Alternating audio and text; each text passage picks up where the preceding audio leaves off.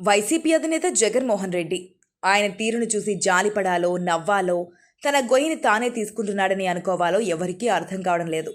చివరికి వైసీపీ నేతలకు కూడా.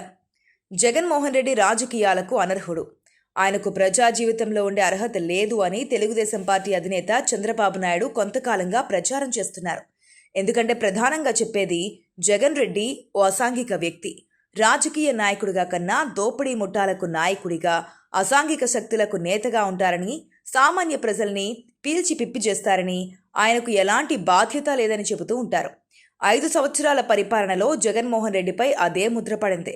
రాష్ట్రాన్ని రౌడీ మూకలకు వదిలేశారు, పోలీసులతో తప్పుడు పనులు చేయించారు, ఐపీఎస్లతో రాజకీయ కక్ష సాధింపులకు పాల్పడ్డారు, ఐపీఎస్లలో లిక్కర్ స్కామ్లు చేయించారు. మొత్తంగా సామాన్యులను పీల్చి పిప్పి చేశారు.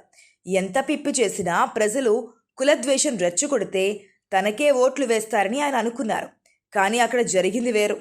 కడుపు కాలక ముందు, కుటుంబాలకు ఆస్తులకు ముప్పు రాకముందు కులం ప్రాధాన్యత అవుతుందేమో కానీ అసలు మొత్తానికే ముప్పు వచ్చాక కులమేముంది? జగన్ రెడ్డిని పాతాళానికి పడేశారు. జగన్ మళ్లీ గెలిస్తే తాము రాష్ట్రం వదిలిపోవాల్సిందేనని 60% మంది అనుకున్నారు. కాబట్టే ఆయనకు అలాంటి ఫలితాలు వచ్చాయి. మరి ఇలాంటి ఇమేజ్ ఉన్నప్పుడు జగన్ రెడ్డి ఏం చేయాలి? జగన్మోహన్ రెడ్డి ఇమేజ్ ఎంత భయంకరంగా ఉందో టీడీపీ నేతలు సరిగ్గా అంచనా వేశారు. ప్రజల్లో ఆయనపై ఉన్న భయాన్ని మరింత పెంచాలని అనుకుంటున్నారు. 6 నెలల క్రిందటి నుంచి జగన్ రెడ్డి మళ్లీ వస్తే అనే ఒక రకమైన ప్రచారాన్ని ప్రారంభించారు. ఈ ప్రచారాన్ని చూసి వైసీపీ, జగన్ రెడ్డి, ఆయన సైకో కార్యకర్తలు మళ్లీ వస్తే అంటున్నారని సంబరపడ్డారు. కానీ ఆ ప్రచారం వెనుక ఉన్న అసలు నిజం మళ్లీ వస్తే జరిగేది అంతకంటే విధ్వంసం. మీ మాన ప్రాణ ఆస్తులకు రక్షణ ఉండదు అని భయపెట్టడం. ఈ కాన్సెప్ట్ను అర్థం చేసుకోలేని వైసీపీ నేతలు, క్యాడర్ మేము వస్తే రప్పా రప్పా నరికేస్తామని పోస్టర్లు ఒంటికేసుకుని తిరుగుతున్నారు. జగన్ రెడ్డి నేను వస్తే సినిమా చూపిస్తారని బెదిరిస్తున్నారు. రప్పా రప్పా నరికితే తప్పేమిటంటున్నారు. బెదిరిస్తే అంతా బెదిరిపోతారని అనుకుంటున్నారేమో కానీ జగన్ రెడ్డి నేరుగా అసాంఘిక శక్తులకు మద్దతుగా నిలవడం ప్రారంభించారు. తెనాలి వెళ్లి గంజాయి బ్యాచ్కు మద్దతు తెలపాలన్న నిర్ణయం తీసుకున్న తర్వాత ఆయనపై టీడీపీ నేతల్లోనూ జాలి కలిగింది. ఆ తర్వాత పొదలిలో చాలా చిన్న నిరసనపై వారు చేసిన దాడులు, సత్తెనపల్లిలో చేసిన హడావిడితో పూర్తిగా వైసీపీ అసాంఘిక శక్తి అనే భావన ప్రజల్లోకి వెళ్ళిపోయింది. అన్నిటికీ మించి జగన్ రెడ్డి తన పార్టీకి తనకు 1100 అడుగుల గొయ్యి తవ్వడానికి గురువారం ఉదయం పెట్టిన ప్రెస్ మీట్ సరిపోయింది. రప్పా రప్పా నరుకుతామనేది పుష్ప డైలాగిట. తాను చెప్పడమే కాదు, ముఖాలు కనిపించకుండా జర్నలిస్ట్తోనూ చెప్పించి చెయ్యి గడ్డం కిందకు పెట్టి సమర్థించేశారు. ఆ సమయంలో ఆయనను చూసిన వారికి భయం వేసి ఉండదు, కానీ జాలి వేసి మాత్రం ఉంటుంది.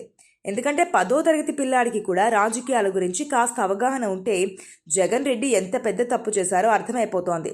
తెలుగుదేశం పార్టీ, చంద్రబాబు తనపై ఎలాంటి ముద్ర వేయాలనుకుంటున్నారో అంతకు మించిన ముద్రను తానే వేసుకుంటున్నారు.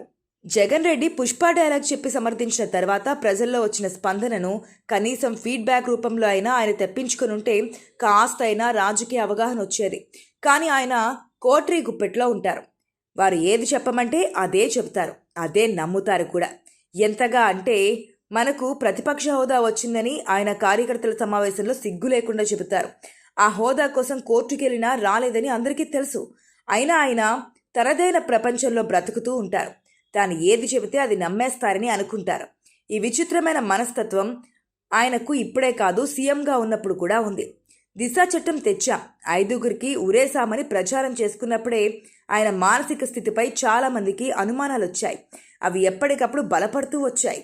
ఇప్పుడు ఆయన పదవి పోగొట్టుకొని ఎమ్మెల్యేగా మిగిలారు. ఇప్పటికైనా మారుతారా అంటే తాను పైనుంచి పాతాళంలోకి ఎలా పడిపోయినా సరే ఆయనలో ఇసుమంత కూడా మార్పు లేదు, కానీ మరింత మూర్ఖంగా మారుతున్నారు.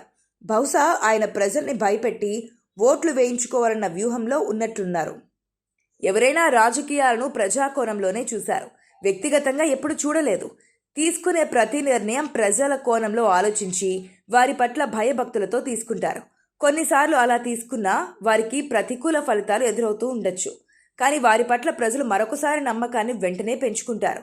దానికి నిదర్శనం చంద్రబాబే. 2019లో పరాజయం తర్వాత ఇక చంద్రబాబు పుంజుకోగలడా అనుకున్నారు. కానీ 5 ఏళ్లు తిరిగేసరికి ఆయన దేశ రాజకీయాల్లో కేంద్ర ప్రభుత్వానికి బలమైన పిల్లర్గా మారిన బాహుబలిగా మారారు.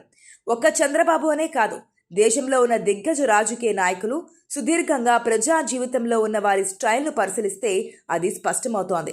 అలా కాకుండా ప్రజలు వేరే వాళ్లపై వ్యతిరేకతతో తనకు ఓట్లు వేశారని, తాను మాత్రం విచ్చలవిడిగా ప్రవర్తిస్తారని, ప్రజలతో సంబంధం లేదని అనుకుంటే అలాంటి వారు ఇలా పుట్టి అలా కరుమరుగవుతూ ఉంటారు. జగన్మోహన్ రెడ్డి మారతారని చెప్పారు. ఏం మారతారో మాత్రం చెప్పలేదు. కార్యకర్తలకు అండగా ఉంటానన్నారు. తన కోసం, తన బల ప్రదర్శన కోసం వచ్చిన 2 ప్రాణాలు కోల్పోతే కనీసం ఒక సంతాపం వ్యక్తం చేయలేదు, పరామర్శించలేదు. ఆ కుటుంబాలకు ధైర్యం చెప్పలేదు. సత్తెనపల్లి పర్యటనకు వెళ్లిన సమయంలో చనిపోయింది ఒక 30 ఏళ్ల యువకుడు. జగన్ కారు ముందున్న కారుకు నిలబడి నినాదాలు చేసుకుంటూ వస్తున్నాడు. అక్కడికక్కడ పడిపోతే ఆటోలో అనాథల ఆసుపత్రికి తీసుకెళ్లారు. ఎలా ఉన్నాడు, చనిపోయాడా, బ్రతికాడా, వైద్యం ఎలా అందుతుందో అన్నది పట్టించుకున్నవారు లేరు. అదేనా కార్యకర్తల్ని పట్టించుకోవడం అంటే?